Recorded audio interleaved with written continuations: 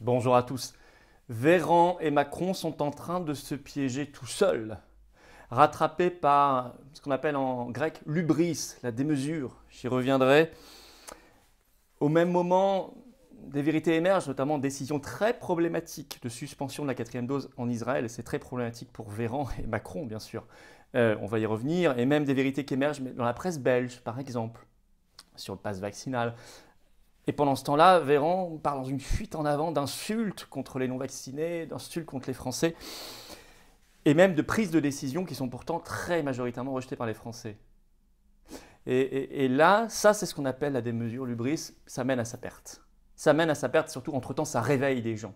Ça pousse, ça jette des gens dans la riposte et la résistance. Alors ça, il faut s'en réjouir. Oui, les voir péter un plomb, un câble, parce que c'est exactement ça.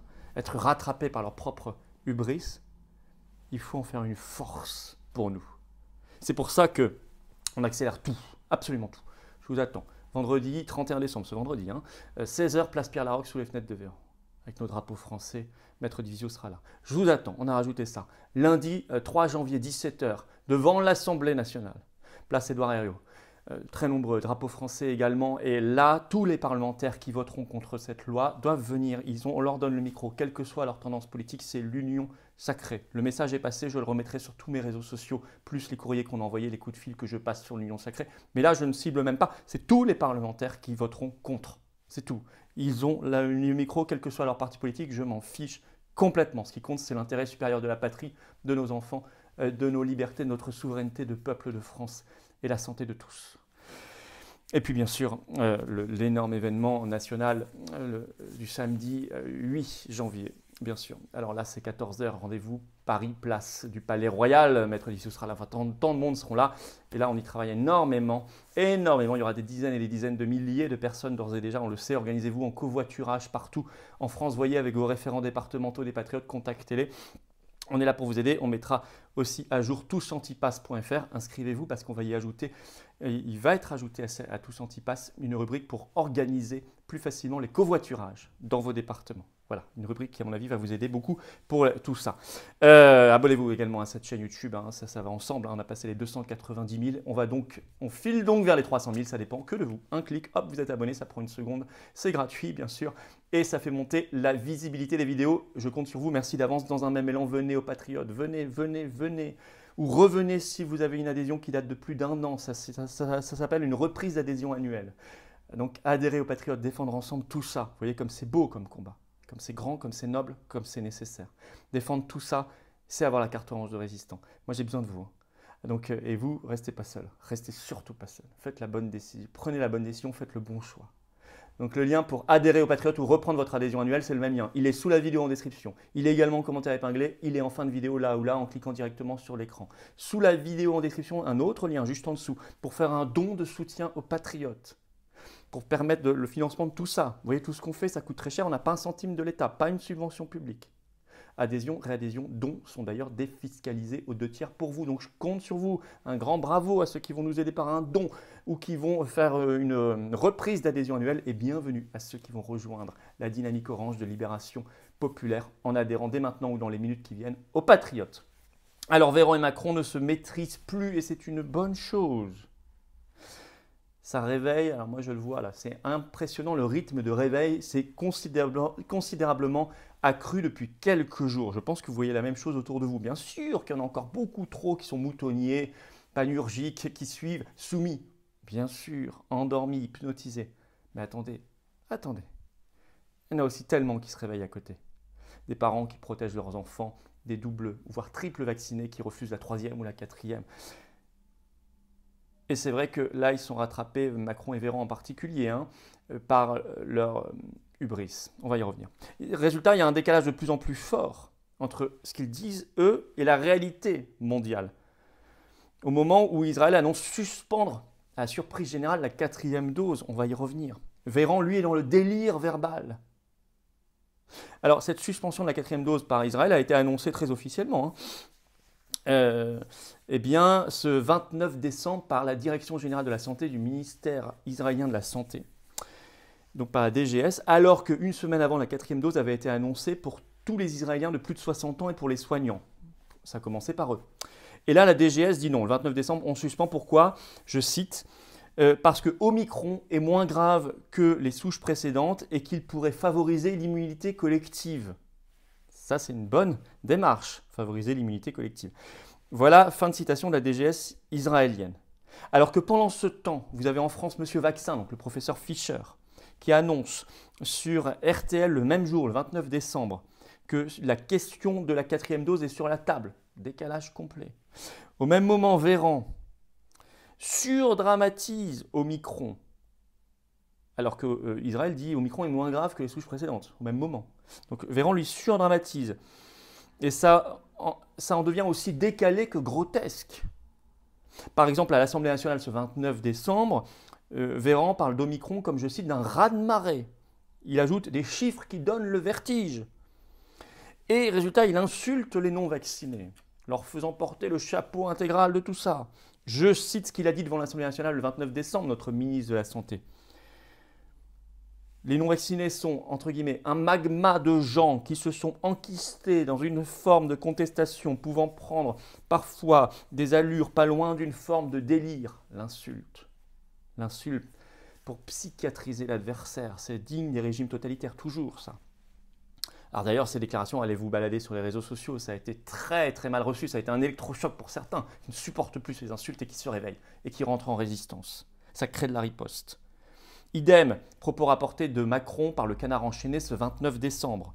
Je cite ce que Macron a dit, ce que rapporte le Canard enchaîné. « Faire peser les contraintes sur les non-vaccinés reste notre boussole absolue. » Au moment même où pourtant vous avez même un média belge, la RTBF, très officiel, dans un article qui est en ligne du 29 décembre, qui raconte que dans une soirée privée où il y avait 33 personnes, toutes triples vaccinées, sans exception, il y a eu au moins 21 contaminations, tests positifs avec symptômes, etc. Et RTBF écrit ceci, je cite, « Le pass vaccinal, qui arrive dans les débats aussi en Belgique, le pass vaccinal a-t-il encore un sens sanitaire avec l'arrivée d'Omicron ?» Un peu la même réflexion qu'en Israël.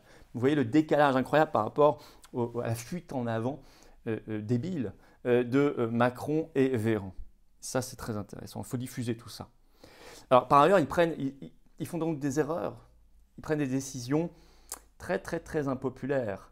Résultat, par exemple, ils mettent en place un couvre-feu à partir du 1er janvier et jusqu'au moins le 23 janvier à La Réunion. Ça a été annoncé par le préfet de La Réunion ce 29 décembre. Or, on sait, sondage Odoxa qui a été publié le 24 novembre dernier, que 72% des Français sont contre tout retour de couvre-feu. Donc ça, c'est très, très, très impopulaire. Plus c'est impopulaire, plus ça jette des gens, de nouvelles personnes dans la résistance.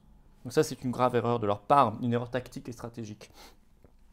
Par ailleurs, Véran, autre faute, il prie dans sa démesure. Il annonce à l'Assemblée nationale ce 29 décembre qu'il soutiendra la mise en place d'un pass vaccinal pour rentrer dans les réunions politiques, les meetings électoraux, même de la campagne présidentielle, contre pourtant l'avis et la décision du Conseil constitutionnel, qui pourrait donc censurer ça malgré tout. Mais c'est quand même audacieux de dire ça, alors le Conseil constitutionnel, par 2 fois, a dit que ce n'était pas possible. Ça s'appelle une radicalisation de la part de Véran. Et ça passe très mal, surtout en période de campagne présidentielle. Vous avez pas mal de candidats qui refusent malgré tout les passes sanitaires ou vaccinaux à l'entrée de leur meeting.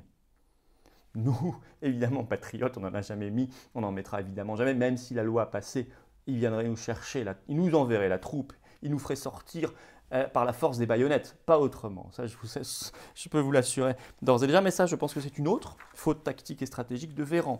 C'est donc pourquoi ils font ces fautes-là. L'hubris. En grec, c'est la démesure, l'orgueil.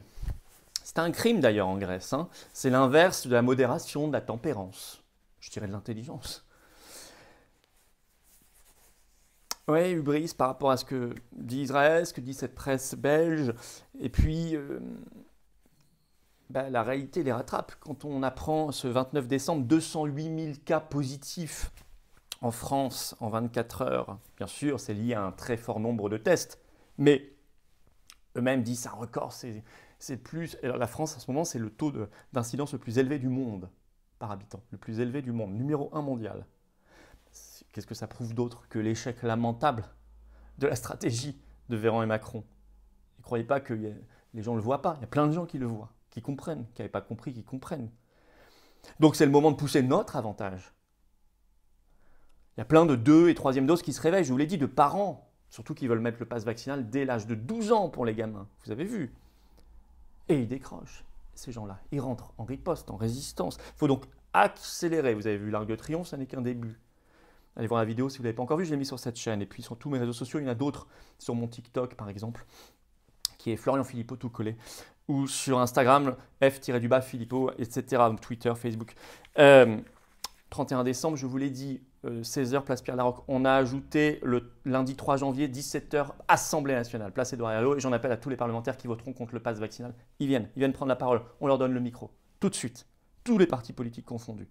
On a ajouté ça, bien sûr, on maintient plus que jamais. On va en faire un événement gigantesque, historique, dans l'Union sacrée le samedi 8 janvier, 14h, place du Palais Royal à Paris. L'Union sacrée, c'est un gros boulot, hein, croyez-moi. C'est des coups de fil, c'est des lettres envoyées, c'est des échanges, c'est des textos, c'est des rendez-vous. C'est un gros boulot. Il n'y a pas que les politiques, il y a les collectifs professionnels, on essaie, les collectifs culturels, sportifs. Je n'oublie pas le monde du sport, mais bon, on le fait avec le succès qu'on peut.